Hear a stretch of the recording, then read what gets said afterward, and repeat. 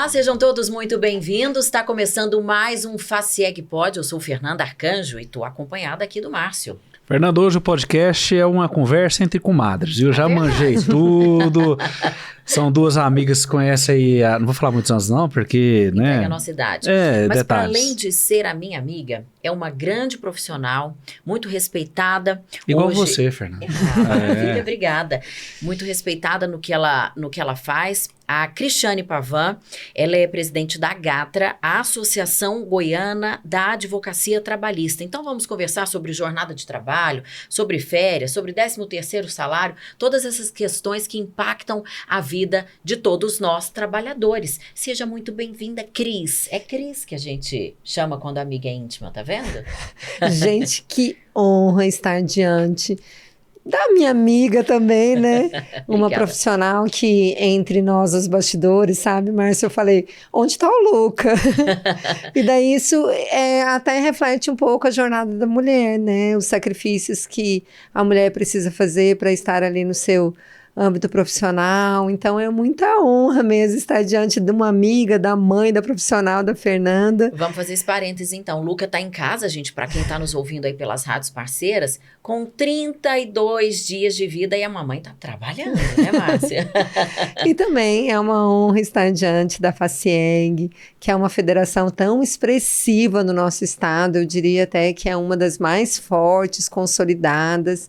Então é importante que a gente trabalhe coletivo. Então, parabéns, Márcio. Até pela sensibilidade de falar em relação ao mundo do trabalho, a gente vê a preocupação que a federação tem em relação a isso. Então, estamos aqui para somar, né? Com toda certeza.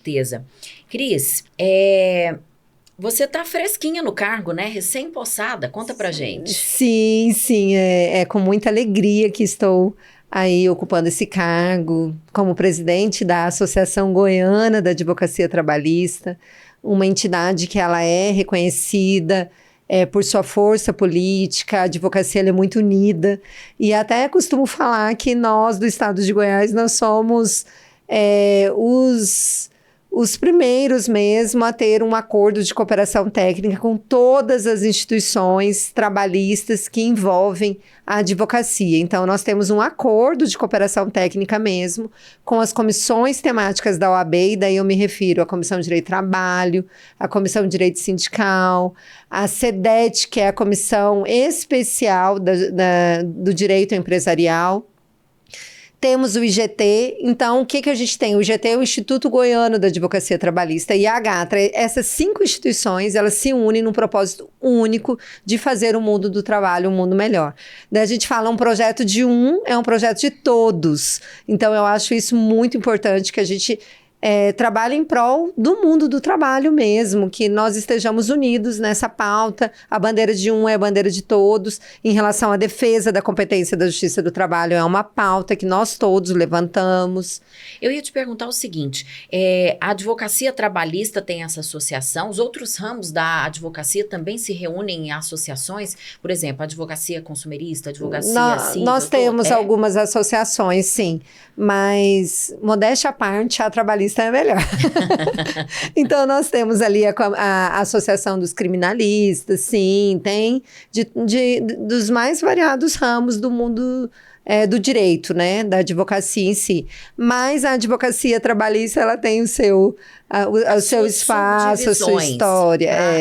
A gente sabe que tem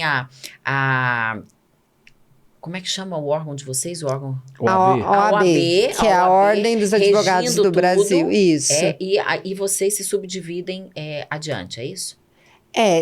A Ordem, ela sempre vai ser a nossa casa-mãe, né? Tanto que a gente consegue a carteira da Ordem para a gente poder mesmo advogar através da OAB. Então, nós estamos submissas às regras dela, ao código de ética. Então, por isso que todo advogado deve seguir as diretrizes da ordem. E a OAB me fugiu aqui a cabeça, porque a gente fala muito da OCB aqui. Sim. Mas com algumas diferenças, né? A OAB, a filiação é compulsória. Sim. Você não escolhe filiar na OAB. Se você quer advogar, você é obrigado a filiar. A Gatra não, já é uma associação, você se filia por um ato de vontade, Sim, né? por um ato de vontade. É importante isso, essa ponderação, até mesmo porque para você estar inscrita na ordem, você tem que passar numa prova, e daí por isso que é compulsório. Para você poder exercer advocacia, você precisa da carteira da ordem. Agora, para associar, não. Daí depende de qual grupo você quer pertencer. E se você quer pertencer também a algum grupo, porque senão você segue ali as comissões da OAB e também tá tudo certo, né? Mas que é importante a gente trazer o coletivo também para a pauta, a gente estar junto, falando a mesma linguagem, quem seguir o mesmo propósito, estamos aí abertos. E é uma pauta muito frequente nossa aqui, doutora, que é essa questão do coletivo, da importância da atuação coletiva. O Márcio sempre traz isso com muita frequência, né, Márcio? E vocês têm essa consciência. A advocacia trabalhista, vocês trabalham de forma muito próxima dos sindicatos trabalhistas, né? Sim. Isso é uma cultura muito forte para vocês. Sim, muito. E é muito mais fácil a gente conseguir uma demanda que tem o mesmo propósito de uma forma coletiva do que individual. Isso é fato, né? E nós temos um relacionamento ali com o tribunal há 46 anos de existência, né? A nossa sede fica dentro do tribunal. Então, quando a gente tem esse coletivo próximo, todos trabalhando com instituições amigas, entre elas, lógico, a gente cita também as instituições das quais nós pertencemos, o nosso dia a dia, o balcão, os corredores são no tribunal, então a gente precisa dessa ligação com o coletivo, com os sindicatos, as pautas de que eventualmente acontece dentro do tribunal, de um juiz eventualmente vir a falhar com as prerrogativas da ordem, o que a gente faz? A gente já vai de forma coletiva. A Gatra, vai ao OAB, vão essas instituições, também nas audiências de correição, que seria da corregedoria do tribunal, relatar o que está acontecendo. Não vai ser o advogado que se sentiu ferido ir lá enfrentar o magistrado, não. São as associações que representam a advocacia que vão lá relatar o que aconteceu com determinado advogado. Então, quem coloca o peito, quem coloca a cara mesmo, são essas instituições representativas. Por isso que é tão importante. E para os trabalhadores, por que é importante se reunirem em sindicatos, se filiarem a sindicatos? Imagine um trabalhador hoje reclamando a sua condição de trabalho, que gostaria que melhorasse em determinado ponto ou não. É muito mais difícil dele conseguir essa negociação. Agora, o sindicato, por meio da sua representação, por meio de assembleia, e daí eu chamo a atenção também que os sindicatos, eles estão ali regulados por uma normativa que precisa passar por aquele crivo, precisa ter o edital de convocação da assembleia, para que os trabalhadores realmente venham participar, e daí o estado de Goiás, ele é muito conhecido pela abertura das empresas também para realizar essas assembleias dentro das empresas. Eu mesmo já realizei várias assembleias dentro das empresas, para a gente entender qual que é o anseio daquele público em especial, para que isso possa ser registrado numa pauta de reivindicação. Daí o que acontece? Através daquela pauta de reivindicação, os trabalhadores enumeram qual que é os seus interesses. Por exemplo, o plano de saúde que nós temos aqui na cidade não funciona. Não funciona determinado plano de saúde, que nós precisamos que mude, porque só tem um hospital na cidade e ele atende tal plano. E aí, se o trabalhador individualmente ele faz essa queixa, ele se fragiliza. Sim, né? E ele não tem nem argumentos suficientes para isso. Quem vai ter é o departamento jurídico do sindicato, que pode negociar com o sindicato patronal ou com a própria empresa, né, sendo o caso. Isso é muito mais efetivo. Traz uma segurança jurídica para a empresa, porque o trabalhador negociando com a empresa, não se sabe se de fato vai ser cumprido daquela forma, né? E se pode também, se o direito permite aquela negociação. Agora, se vem o sindicato num instrumento coletivo de trabalho através de uma negociação, isso traz segurança jurídica para a empresa. Por quê? Afinal, nós temos hoje um princípio que é o negociado sobre o legislado. O que o sindicato negocia com a empresa ou com o sindicato patronal, ele leva até uma força superior à lei. Então, se o negociado prevalece sobre o legislado, na pirâmide, o que o sindicato negocia, ele inclusive pode ser extra-lei. Então, olha a segurança jurídica que isso traz. Se eu negocio um banco de horas lá com determinada regra, se for feito isso com o sindicato, traz uma segurança de que aquele banco de horas é válido e que a forma como a empresa está atuando está ok. Então, se eventualmente aquele trabalhador com o banco de horas vier reclamar horas extras, se tiver seguindo todas as regras escritas lá no instrumento coletivo de trabalho, e se aquele banco de horas for legal, o que acontece? O trabalhador ele vai perder. Cristiane, por muitos Porque é a anos, segurança jurídica da empresa, né? Entendeu? a justiça trabalhista, ela teve uma pecha de ser uma justiça difícil de ser enfrentada ou de ser... para o trabalhador recorrer à justiça do trabalho por muitos anos foi muito difícil, porque existia justamente essa fama, essa pecha de que era uma justiça patronal. Isso mudou ao longo dos anos? Olha, eu acredito numa justiça totalmente imparcial em relação ao Tribunal Trabalhista, pelo menos do estado de Goiás, que é onde eu atuo mais. E falo isso com toda tranquilidade, porque eu até, como advogada, mais pelos trabalhadores, embora eu tenha muitas empresas que são meus clientes, eu ouvia o contrário, eu ouvia que a Justiça do Trabalho ela era pró-trabalhador, que ela prejudicava a empresa. Mas hoje, diante até mesmo da rigidez que traz o Conselho Nacional da Justiça do Trabalho, o CNJ, que tem umas normativas muito rígidas para os servidores e para os magistrados, eu acho difícil um juiz que não venha seguir as provas que estão nos autos, o que foi relatado e o que foi colhido nos autos.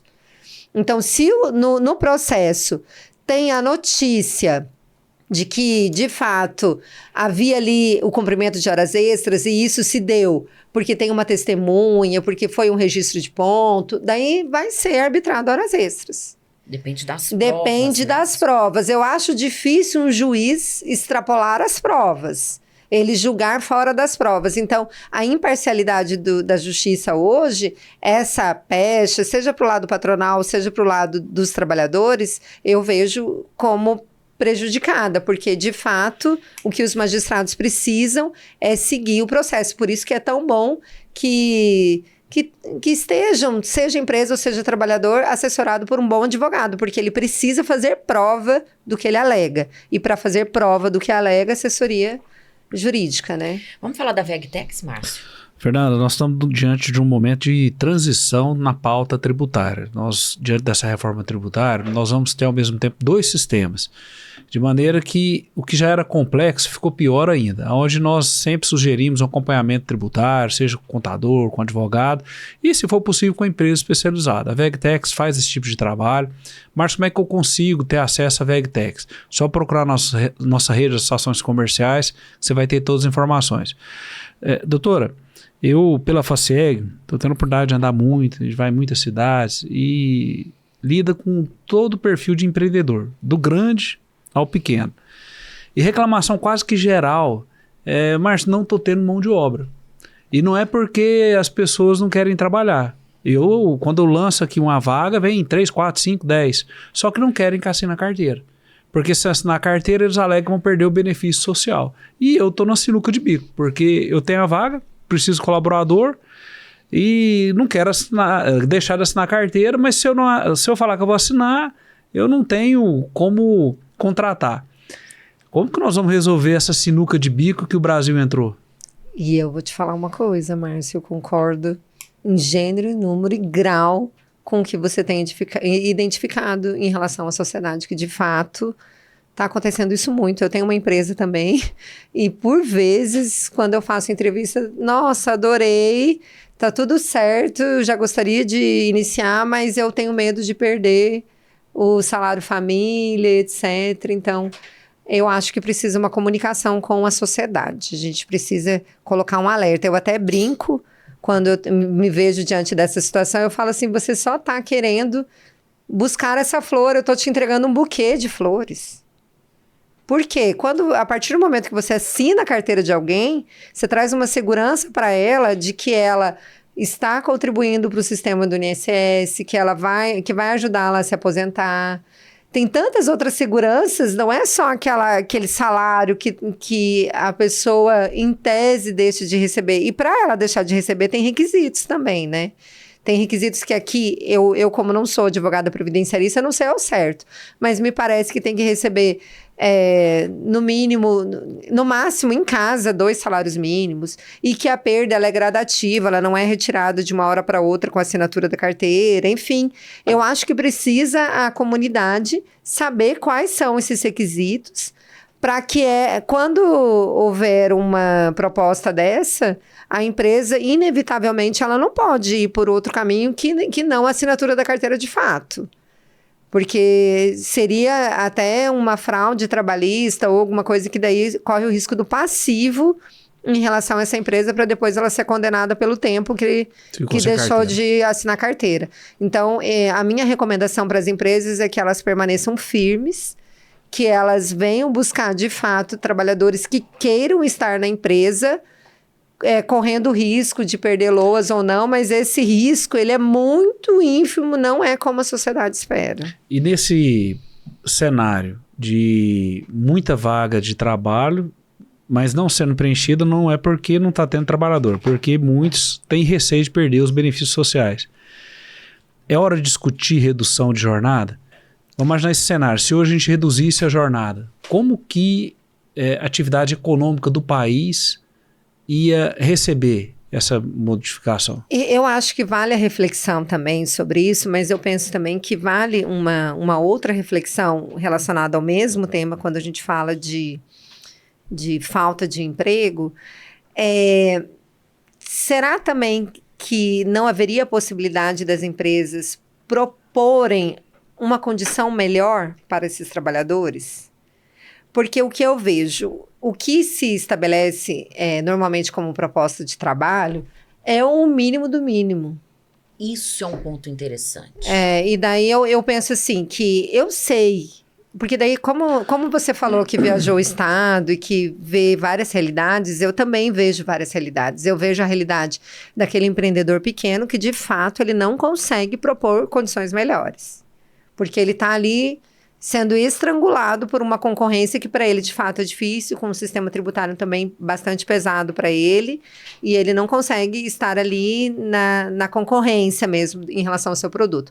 Mas eu também vivencio grandes empresas que têm a possibilidade de melhorar as condições de trabalho e daí acabam perdendo mão de obra, ou os trabalhadores não têm interesse, porque de fato é uma proposta assim, incoerente com o que se paga. Você vai e ver, empresas vezes, grandes. E daí acontece de grandes empresas, uma concorrer com a outra, para ver, eu acho que quem paga o mínimo do mínimo, porque se aquela do lado estabelecer um cartão alimentação, daí já sofre, tipo assim, todos os trabalhadores daqui vão para lá, porque só tem aquele cartão alimentação, que é irrisório também.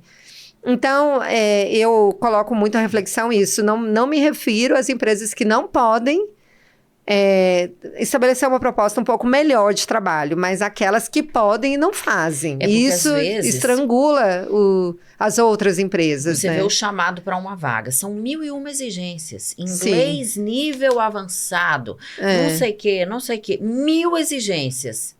Salário mínimo. Sim. Eu falo, gente, assim, tô fazendo, sim, né, uma analogia isso tá virando assim, um efeito bem expressivo já. É difícil você ver uma empresa hoje que propõe um bom salário. Que seja, no mínimo, coerente com as exigências que faz, né? Exato, que os benefícios venham a contribuir. E daí, se a gente falar do coletivo, é importante que os trabalhadores estejam envolvidos no coletivo para que o sindicato, então, consiga impor, através da negociação coletiva, algum benefício que seja, no mínimo, razoável. Vamos falar da MAG Seguros? Fernanda, a MAG ela tem uma expertise em seguro de vida, principalmente seguro de vida coletivo. Até para evitar eventuais problemas futuros, né? É interessante as empresas sempre optarem por esse perfil de serviço, porque o empreendedor, o empresário, ele não só protege a si, mas protege também a sua rede de colaboradores. E não importa a quantidade de funcionários, você tem 1.000 funcionários, você tem um funcionário, você consegue fazer a contratação de seguro de vida coletivo, os valores são bem interessantes. Márcio, onde é que eu acho a MAG Seguros? É só procurar uma das nossas ações comerciais, que a gente tem todas as informações. A MAG já ganhou uma cliente ali, você viu? Vou até anotar Anotei aqui, ó. Já anotou. Doutora, uma outra questão, um outro assunto também polêmico, é a questão da pejotização. Sim. Né? Muitas empresas, para ficarem livres das complicações, né, da legislação trabalhista, optaram pela questão da criação do PJ dos prestadores, né? Funcionários dos funcionários sem vínculo. Sem vínculo, entre aspas, né? Isso, mas parece que essa discussão está voltando dentro da Justiça do Trabalho, de validar ou não essa situação. O que você entende sobre essa questão? E a sua visão também, claro. Está em alta essa questão assim, da pejotização e acho que vai por um bom tempo sendo discutida. Não digo a validade da pejotização, porque a pejotização, ela nada mais é do que você contratar uma pessoa via CNPJ, mas atrás ela é uma pessoa física, né? Então, nós temos uma pessoa física que tirou ali seu MEI, digamos, numa situação mais prática, né? Mas o que se discute na Justiça do Trabalho é quem vai decidir os processos que envolvem PJ, contratação de pessoa, da empresa com uma PJ, que atrás dessa roupagem tem uma pessoa física, e que se discute se há ou não vínculo de emprego, ou seja, se há ou não fraude trabalhista. É isso que esses processos estão discutindo, né? E daí o STF, ele está no seguinte sentido. Gilmar Mendes só, né? Sozinho. Gilmar Mendes, por uma decisão monocrática. Ele paralisou todos os processos, ele suspendeu os processos que envolvem essa matéria de pejotização com discussão de vínculo de emprego. Se quem decide será a Justiça do Trabalho, como sempre o fez, que é uma competência constitucional, está lá resguardado na Constituição, que quem decide relação de trabalho é a Justiça do Trabalho. Se será a Justiça Especializada Trabalhista ou se vai retirar essa fatia da Justiça do Trabalho e vai ser julgado na Justiça Comum. É isso que está sendo discutido. Mas qual que é o efeito disso para a sociedade? Ele não é um assunto jurídico apenas, não é uma coisa que envolve só magistrados, advogados, não, ele envolve o mundo do trabalho. Por quê? Porque a partir do momento que se decidir, que é o que a gente não espera, que se decidir que relação do trabalho, quem vai decidir é a Justiça Comum, traz a mensagem do seguinte: pode ocorrer fraude trabalhista. Por quê? Porque a Justiça Comum, ela não é capacitada, data máxima vênia, me perdoe, Justiça Comum, mas ela não foi lapidada como foi a Justiça do Trabalho para falar sobre energia humana. A Justiça Comum, ela inclusive temos um caso aqui, um caso que a Fernanda é minha cliente mesmo, ela está tramitando há quantos anos esse processo na Justiça Comum? Há mais de 5 anos, né? Há mais de 5 anos. Eu tenho um processo já, contextualizando quem nos ouve, que eu movo há muitos anos. Meu ex-marido era vivo, né? E ele já faleceu há 4 anos, então tem mais ou menos 5 anos. Nunca tive resultado. Não tem resposta. Não tenho resposta. E a Justiça do Trabalho, ela é muito mais efetiva. Agora, você imagina alguém que venha discutir essa relação de PJ, se tem ou não vínculo de emprego, se é devido ali a contribuição do INSS para ela poder se aposentar, se ela deve receber férias 13º, se ela deve receber o piso da categoria. Isso, eu estou falando de salário mínimo. Fica tramitando 5 anos. De licença maternidade, imagine tramitar por tanto tempo verba de subsistência. Então, não é cabível que a Justiça Comum venha decidir. A Justiça Comum, ela serve para decidir sobre coisas.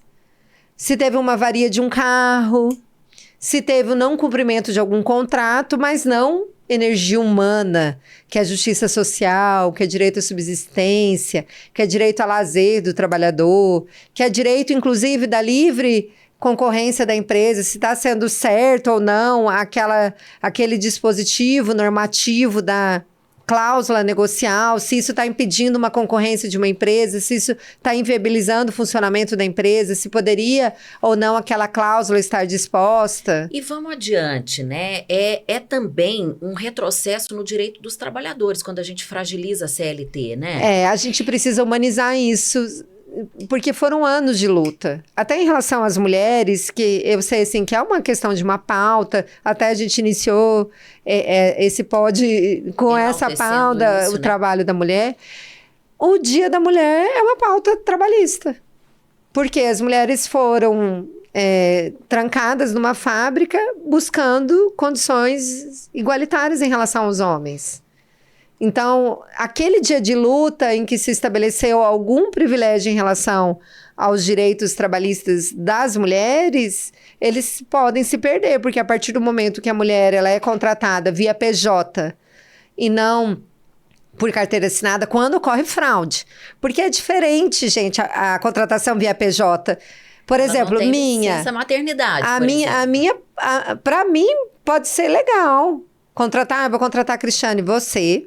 Via PJ, você me manda um contrato, porque daí eu vou ter liberdade também para ter outros clientes, eu vou ter liberdade também para trabalhar no meu dia, eu posso tirar o meu horário de almoço como bem me... E legal. Se isso funcionasse na prática. Mas se isso for legal. Agora, se houver fraude em que se estabelece para mim uma obrigação do horário de entrada e de saída, que eu não tenho liberdade alguma, que eu tenho uma subordinação totalmente controlada, daí é contrato de trabalho, daí é CLT. Mas se eu tenho uma certa liberdade, que você, Fernanda, pode ficar em casa, entendeu? Que você pode vir uma hora ou outra aqui gravar o podcast, tudo bem. Que você pode prestar serviço para um outro podcast, por exemplo, né? Não tem aquela questão da exclusividade. Isso. Então, isso...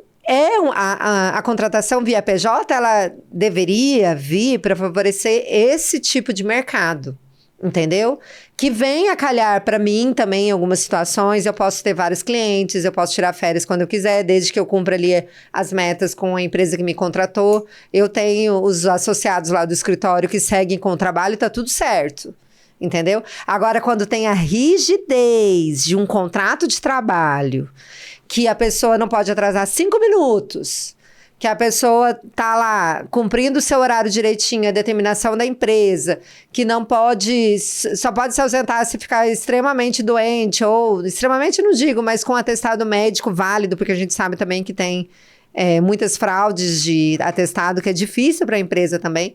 Enfim, se for uma coisa legal, ok, propositiva, tudo certo. Agora, se não for, é problema, né? Faz esse recorte, porque esse recorte é bom, viu, gente? Faz esse aí, que esse aí vai dar polêmica. Mais um anunciante. Temos um anunciante. Vamos falar da Tempo? A Tempo, é tempo de falar da Tempo, né? Isso. A Tempo é uma empresa de gestão de linhas telefônicas e ela tem expertise, porque ela tem um poder de compra. E ela faz uma negociação com as operadoras tradicionais e ela consegue, pelo volume de linhas, levar para o mercado consumidor linhas com valor abaixo do que é praticado no mercado como um todo. E outra vantagem da Tempo é que, eventualmente, qualquer dúvida, questionamento que você tiver sobre qualquer cobrança, não precisa lá ficar se humilhando aquelas centrais de atendimento. O atendimento é personalizado. E outra grande vantagem da Tempo, ela é mais um produto que existe dentro da nossa rede de associações comerciais. Então, você vai estar fortalecendo a entidade que te defende, a entidade que faz valer a sua representação. Então, Márcio, como é que eu faço a migração das minhas linhas, da minha operadora tradicional para a Tempo? É só procurar associações comerciais. Doutora, você comentou aí da questão dos atestados, né? Quando eles são válidos, você fez essa ressalva. A Justiça do Trabalho, como qualquer lugar, ela também tem sido vítima de muitas fraudes também pelo lado, algumas das vezes, dos empregados, né? Como, por exemplo, o caso que você citou, e a gente observa que começaram a surgir casos de litigância de má-fé, né? Para quem é leigo no assunto, o que é essa questão de litigância de má-fé? Dos dois lados, tanto do lado patronal quanto do lado do empregado também. Assim, o que a gente não pode se utilizar é da própria torpeza, né? Você sabedor que você não está doente, se utilizar de um atestado é má-fé gritante, né? Tanto, eu acho que, não sei se foi ontem ou hoje, saiu uma notícia de alguém que foi demitido porque juntou o atestado, faltou a empresa e estava num show. Aí posta foto no Instagram ainda. Esse é um artista, viu? Então, assim, né, é de bom tom que quando nós estamos numa relação de trabalho, se não está satisfeito com a empresa, mas não utiliza da mentira, né? A mentira é feia demais, vamos concordar né? que isso diz até sobre a índole da pessoa? Sim, com certeza. Eu acredito muito nisso também. Você se utilizar... E assim, a gente espera, né, que... Nem sei, também os profissionais da área da saúde têm esse critério, né, de quando eventualmente estiver diante de um trabalhador, verificar mesmo as condições, ou não aceitar fazer um atestado sem... Pro amigo. E a gente sabe que, infelizmente, existe, tem até casos, assim, de empresas que, nossa, é sempre o mesmo médico que estabelece o atestado aqui para o pessoal da empresa. Está muito estranho, né? Então, é ruim para o profissional acabar manchando o nome dele, um médico, né? De dar um atestado falso, é complicado. E até teve, recentemente também, uma notícia de uma empresa que entrou em contato com um dentista que estava no atestado e o dentista também falou, falsificaram minha assinatura, ele não esteve aqui. Então, ainda é mais grave, né? Chegar a ponto de... um outro julgado que a funcionária não aceitou que assinasse a carteira, porque ela que estava com medo de perder os benefícios sociais. E depois do fim da relação trabalhista, ela entrou com ação contra a empresa. E eu não sei se foi contra a empresa ou se era trabalho doméstico. Eu sei que na sentença o juiz condenou realmente o empregador a pagar todos os direitos trabalhistas dela, porque era de direito, mas aplicou a má-fé nela porque o empregador provou que ela que não aceitava assinar a carteira. Olha só. Então, no final ficou elas por elas. A gente não consegue ter dois mundos, né?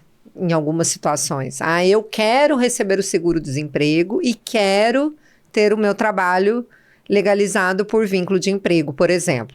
A partir do momento que você assina a carteira, você perde o seguro-desemprego. Mas se você tem o seguro-desemprego, agiu de má fé, recebendo o seguro-desemprego para depois cobrar da empresa aquele tempo da carteira assinada, a empresa deve dar até uma orientação também que eu dou às empresas, sabedora de que aquele trabalhador recebia o seguro-desemprego, informar isso, porque na sentença também, possivelmente o juiz vai pedir para ressarcir ao erário aquele valor do seguro-desemprego. Ô, Cristiane, quando você menciona a questão do meu processo aí, que já corre há muitos anos, uma outra questão me vem à cabeça, que é a sobrecarga processual. Isso acontece especialmente nas comarcas do interior, a gente vê isso muito, né? E isso compromete a celeridade da justiça, e lá na frente tem um outro reflexo. Nós, enquanto cidadãos, o nosso desânimo em relação à justiça, o fato de você não querer reivindicar os seus direitos, uma vez que você desacredita dessa justiça que não traz respostas, isso é triste, eu imagino, né? Para vocês, advogados. Até para nós, advogados. Com certeza. Quantas vezes eu até confidencializei para Fernanda, né? Fernanda, falar assim, que você sabe que você é sabedor daquele direito, principalmente na justiça comum. E daí eu não entendo a razão de tirar da competência trabalhista, porque para a empresa também quer resolver aquela situação. Ela não quer que perdure anos com aquela indecisão se vai ser condenado ou não. Vamos trazer efetividade. O acesso à justiça, ela é um acesso à efetividade. Ela tem que trazer um resultado. Tem resposta. O judiciário precisa falar, né? Precisa falar. E daí, quando a gente traz esse comparativo da justiça trabalhista, que é uma justiça extremamente célere, ela é rápida, ela é efetiva, ela está lá linkada ao processo, porque o magistrado não consegue julgar fora do que está no processo, né? E daí, se a gente for comparar com uma justiça comum, é ruim a gente falar, mas data máxima vênia, gente, com perdão mesmo da palavra, mas uma justiça morosa, uma justiça lenta. Eu acho que é mais fácil nós conversarmos com ministros do TST, do Tribunal Superior do Trabalho, em Brasília, do que a gente conseguir despachar um processo na justiça comum. Olha só. E daí a gente afastar essa efetividade da justiça trabalhista, que é tão próxima da justiça trabalhista, que é tão próxima da advocacia, que é tão próxima da sociedade, que é tão próximo dos sindicatos, que é tão próximo da federação, da FACIEG. Eu tenho certeza que se a gente quiser uma comunicação com o tribunal, nós conseguimos de uma forma muito mais efetiva e rápida e tirar essa questão tão importante da pejotização para a justiça comum. Aí a gente tem uma discussão, a gente tem noção da amplitude dessa discussão, né? Sim. E isso pode perdurar até quando? Tem uma previsão de que ainda vai sair esse ano essa decisão. Esses processos eles estão paralisados de forma nacional, é o que a gente chama de efeito erga omnes. A decisão do STF atingiu todos os processos, não só do TRT-18 aqui, como de todas as regiões, né? Mas tem a previsão de que ainda vai ser decidido esse ano. Não sabemos.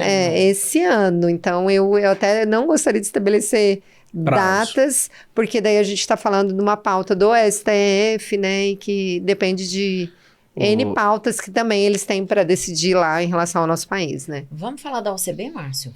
Fernanda, a OCB é a Organização das Cooperativas do Brasil, que em Goiás é uma entidade muito bem presidida pelo amigo Luiz Alberto, faz um trabalho maravilhoso. Cooperar é somar força. Quando você opta pelo cooperativismo, você faz com que pessoas que têm o mesmo ideal que você consigam juntar forças para alcançar o seu objetivo de maneira mais fácil. A OCB ela te ajuda em todo o processo de criação da cooperativa e principalmente na parte da gestão dela. Então, se você já empreende no cooperativismo ou pretende empreender, tem que ter o acompanhamento da OCB. Doutora, um assunto também bem polêmico aqui.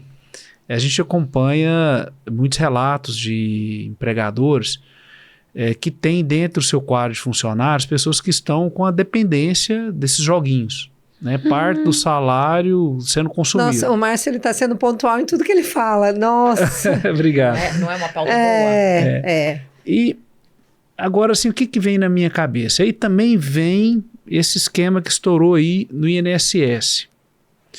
De repente, o governo me traz agora a possibilidade do consignado dentro da folha de pagamento. Então, assim, eu fico com muito receio de, a médio e longo prazo, nós estarmos construindo uma bolha de endividamento da classe trabalhadora, que isso vai ter um custo para o Brasil como um todo gigantesco. Né? A quem está interessado, qual o possível interesse que pode estar por detrás também de uma antecipação dessa questão do consignado. E o que é mais intrigante, que esse recurso, até onde eu sei, vem do FGTS. Então, ou seja, eu vou pegar um dinheiro que é meu e vou pagar juro. Olha que coisa insana. O FGTS é do trabalhador. Sim. O trabalhador está indo lá para pegar um FGTS que vai ter uma empresa que vai fazer essa transação e cobrar juro dele. Assim, eu não tenho outra palavra para não falar uma aberração mesmo, né? É uma aberração, porque o nosso povo, e daí eu digo até nós mesmos, né? Como nós somos difíceis de fazer planejamentos, né? Planejamento previdenciário são poucas pessoas que fazem. Para entender ao certo, olha, Cristiane, você vai se aposentar com tantos anos, você vai ter isso e isso de aposentadoria. Se não for para a esfera coletiva mesmo, eu não sei se a FACIEG tem um planejamento previdenciário, eu acho que é importante que as pessoas tenham esse cuidado, a OAB tem a OAB Prev, né? E daí, até relato, eu pessoalmente mesmo, não estava com planejamento, eu estou com 46 anos. Eu acho que quando eu tinha uns 42, meu marido falou, você não vai fazer um planejamento previdenciário, não? Daí ele precisou fazer um cálculo para que eu contribua com uma forma, num valor maior, para que eu consiga me aposentar. E daí isso vem muito do perfil do brasileiro. Nós não somos acostumados a fazer um planejamento. Imagine soltar um consignado desse para o trabalhador. Se a classe que tem uma certa instrução, a grande maioria delas, esses dias eu estava até fazendo uma pesquisa com os meus colegas, conversando, quem que tinha o planejamento previdenciário eram poucos. Então, você imagina a classe trabalhadora, assim, aquela de chão de fábrica mesmo, se vai fazer um planejamento de que aquele empréstimo vai afetar todo um sistema, não tem esse cuidado. Então, realmente, é um perigo. Eu falo até que o sistema do INSS, ele vai colapsar, principalmente se vier esse entendimento de que a contratação via PJ ela se torna um caminho mais viável do que a contratação por vínculo de emprego. Como é que isso sobrecarrega o INSS? Porque, digamos, se você é contratada via PJ, você vai precisar fazer um planejamento previdenciário por conta própria. Porque se você estiver contratada pela empresa, você vai ter descontado lá o seu INSS e você vai arrecadar para o sistema do INSS. Agora, você por conta própria, de forma facultativa, você vai contribuir? A não ser que você tenha um contador. Então, não teremos como alimentar o INSS. Quem que vai alimentar o INSS? Somente aquelas pessoas que têm uma previsão. E se não for diferente do meu perfil, por exemplo, que eu optei por uma instituição privada, que é a OABPrev. Entendeu? Porque daí quem é que vai contribuir para o INSS? Entendi. Acho que poucas pessoas, né? Se eleger esse caminho da pejotização como regra. Então, nós não teremos quem alimente o INSS. Os aposentados poderão sofrer, porque se não tiver dinheiro, quem que vai pagar os aposentados? Né? E quem vai se aposentar? Como que vai ser alimentado o INSS? E essa outra pauta que o Márcio trouxe é interessante também. A gente teve recentemente a ida de influenciadores aí à CPI, depondo aí em relação aos jogos, né? Como é que você que lida diretamente com muitos trabalhadores, como é que isso tem impactado a vida dos brasileiros? Gente, é surreal o que eu tenho recebido de trabalhadores, ou a maioria dos familiares, na verdade, relatando para mim problemas com vícios de joguinhos. A empresa, lógico, ela tem o poder, uma vez sendo contratado via carteira assinada, ela tem o poder diretivo da empresa e que aquele trabalhador é subordinado. Então, se estabelecer uma regra de que o trabalhador não pode, no seu ambiente de trabalho, manusear o seu celular, que só pode durante os intervalos, é totalmente plausível, não tem nada de abusivo nessa regra. Eu até diria que, sendo muito claro para a empresa e para o trabalhador, que no vínculo de emprego, o que se negocia com o trabalhador é o tempo dele. É o tempo. Eu até durante as minhas entrevistas, eu falo com o trabalhador. Eu falo, você sabia que o que você está negociando comigo é o seu tempo? E é um tempo de qualidade. É um tempo de qualidade. Eu nunca vou deixar de cumprir os direitos trabalhistas, eu nunca vou te desprestigiar, eu nunca vou cometer algum dano moral, mas o seu tempo é para a empresa, você precisa produzir. Não é para ficar no celular jogando. Não pode. Então, a regra para o trabalhador é uma, para a empresa é outra, e todo mundo sabendo dessas regras só precisam ser respeitadas. Então, infelizmente, independente que aquela pessoa que ela está viciada, ela está com problema, mesmo psicológico, né? Que deve ter ali ferramentas que venham a induzir ela que ela esteja naquele vício, né? Então, infelizmente, ela caiu numa armadilha. Estimo que saia dessa armadilha, porque daí pode atrasar a sua vida toda, pode endividar, pode deixar de ter lazer, pode deixar de ter convívio familiar, inclusive até perder o emprego. Sim. Doutora, e um outro tema também bem atual é a dificuldade da Justiça do Trabalho, sobretudo no plano da legislação, que aí já não é tanto mas da temática do trabalho como um todo, Sim. É se atualizar aos novos movimentos econômicos. Ninguém imaginava, por exemplo, que existia um Uber, um iFood, né? Como que a Justiça do Trabalho vai conseguir ser mais ágil para se adaptar a esse mundo moderno? É que ela seria de todas as formas, e daí eu te parabenizo também, Márcio, quando você cita esse problema, que é a Justiça do Trabalho mesmo, a capacitada para falar de relação de trabalho, né? E daí ela vai analisar todo o contexto, né? A questão da uberização, do Uber, já é um entendimento dos tribunais superiores que não há vínculo. Então, e daí, por isso é importante que os advogados, que as empresas saibam quais são os temas vinculantes do TST. Porque daí isso traz uma segurança jurídica. Você não vai ingressar com uma ação que já tem um entendimento do Tribunal Superior que não há vínculo. Por quê? Você vai se aventurar numa ação, né? Então, o TST, ele traz a segurança para os tribunais dos temas mais polêmicos, qual que é o entendimento dele. E daí tem até uma força-tarefa mesmo do Tribunal Superior do Trabalho para trazer a comunicação, trazer à tona quais são aqueles temas e como eles vão, devem ser o posicionamento nas suas decisões em relação ao Uber, em relação ao entregador de iFood, que é uma realidade. Então, já tem um entendimento, independente da situação fática. Se tratando de Uber, não busque vínculo. Você pode buscar outro direito lá relacionado ao seu trabalho, mas não vínculo. Então, tem essa segurança jurídica dentro da Justiça do Trabalho, que não tem na Justiça Comum, entende? Então, eu vou trazer uma questão moderna aqui, vou falar de determinado tema. Se não tiver no TST, a Justiça do Trabalho ela vai procurar buscar os princípios que a regem para, de alguma forma analógica lá, ter uma decisão que venha cobertar aquela situação em específico.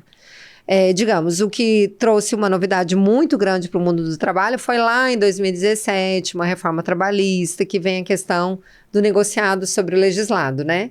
E daí, com tantas situações que envolveram aquela mitigação de direitos, a retirada, por exemplo, das horas em itinere do trabalhador, porque antes era computado o tempo do trabalhador da sua casa ao trabalho, se não tivesse ali a cobertura de ônibus, por exemplo.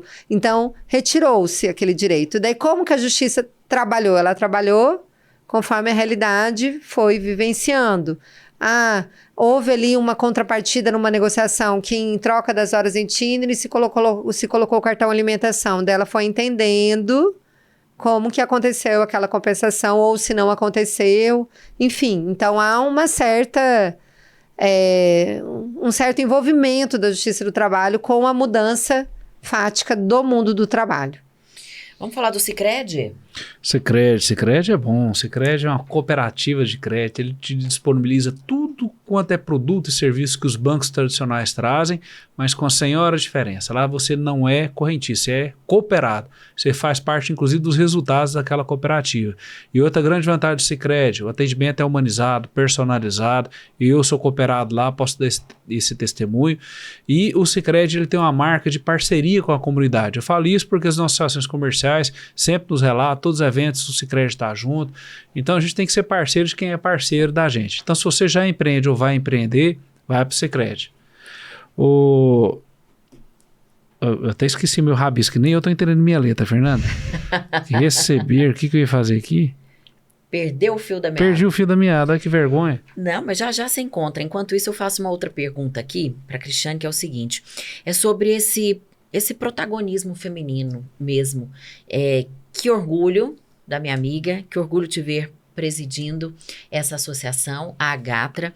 Isso vem muito ao encontro do que a gente tem buscado enquanto sociedade de equidade em todos os, né, as profissões, em todos os postos de trabalho, você estar ali na presidência, não estar na secretaria, sem nenhum demérito a quem está nas outras posições. Sim. Mas você está numa posição de destaque, sendo mulher, a equidade no ambiente jurídico e a mensagem que isso traz para o mundo. É interessante demais essa pauta, porque se a gente for analisar um olhar mais crítico, assim, o que acontece, principalmente no mundo judiciário, assim, no qual eu convivo mais, né? Eu fiz uma análise em relação ao que já se passou de ministros no STF. Foram só 3 mulheres. Rosa Weber, a Carmen Lúcia e a Hoffmann. Salvo engano, foram essas 3. E na história... Rosa Weber também. Rosa Weber. Rosa Weber. E na história, se passaram mais de 100 e tantos ministros no STF. Então, é uma construção, assim, muito dolorida, né? E quando a gente vê o protagonismo dos homens, que têm a sua razão de ser também, porque fazem a história, né? Por que não a mulher não estar ao lado, não ladear, né? Não fazer a história junto? Porque o que se quer, quando a gente fala assim da pauta feminina, não é só assim, a mulher em destaque, mas também que ela seja vista, porque às vezes ela passa despercebida. Quantas vezes eu peço a palavra em determinado assunto que eu conheço tecnicamente, sabe? Mas a gente vê que se privilegia a fala do homem. Ou que enquanto a mulher está falando, está todo mundo conversando como se não Olha, fosse que não importante. é o caso desse podcast, não tá? É o Aqui, caso. a Fernanda que coordena aqui. Tá? Exato, é ela que manda, né? Mas o mundo, infelizmente, é assim. A gente vê muitas vezes uma mesa diretiva composta só por homens. E vamos falar uma outra coisa. A gente tem medo, muitas vezes, de pleitear alguns cargos. Sim, sim. A mulher, ela tem ela sofre naturalmente. Eu acredito, assim, que para ela ocupar um espaço, e daí não é um discurso de vitimismo, não é de vitimismo, ele é real, E quando ela não sofre uma violência, eu não diria assim, porque a gente só pensa na violência a ponto de ocorrer de fato as vias, né? Mas não, a partir do momento, não é um cargo assim, nossa, estou como presidente da Gatra, né? Assim, para mim é uma conquista muito grande, mas para a sociedade não acredito que seja tanto impactante. Mas do que eu recebi de propostas para eu não pleitear o cargo foi gigante. Então você vê, assim, que de fato há uma corrente contra você.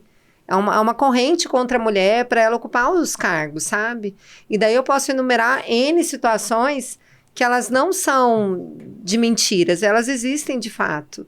Como essas situações práticas de mulher, acontece até uma violência bastante velada, assim, você pode perceber. Quando a mulher fala, daí vem normalmente um homem para falar assim, o que ela quis dizer é que... Traduzindo. Nossa. Traduzindo. O Márcio não faz isso comigo. Eu percebi. Ainda bem. Ih, não sou nem doido de fazer.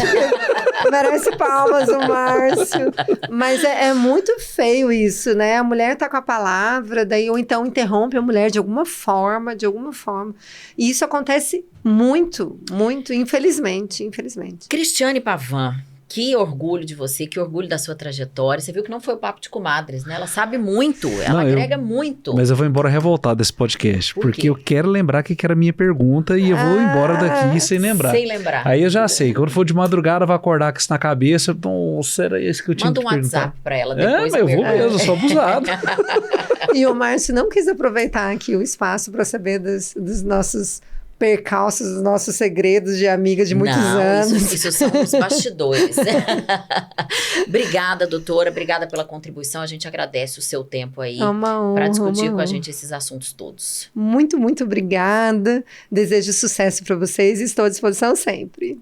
Vamos nessa? Bora, né? Vamos nessa. Muito obrigada a todos vocês que nos acompanharam até aqui. Até o próximo episódio. Tchau, tchau. Bye, bye.